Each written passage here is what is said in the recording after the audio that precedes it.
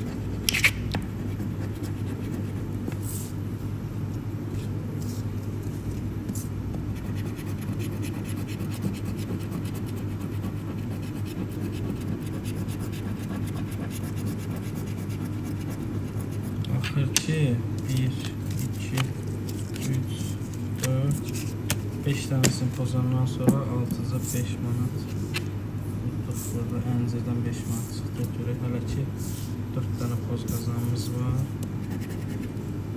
Cavalı, alma, cavalı. 1, 2 manat da buradan dostlar.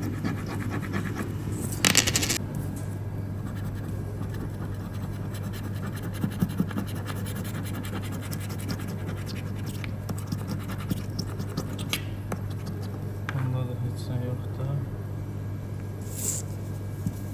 Son 2 dənə poz qazanımız qalıbdır.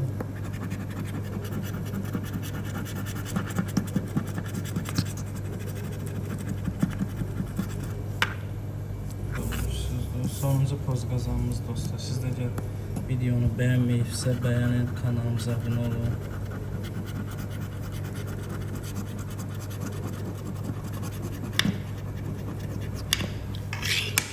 Bunda da uzuş yoxdur, deməli 1, 2, 3, 4, 5, 6, 7, 8'ində uzuş yoxdur.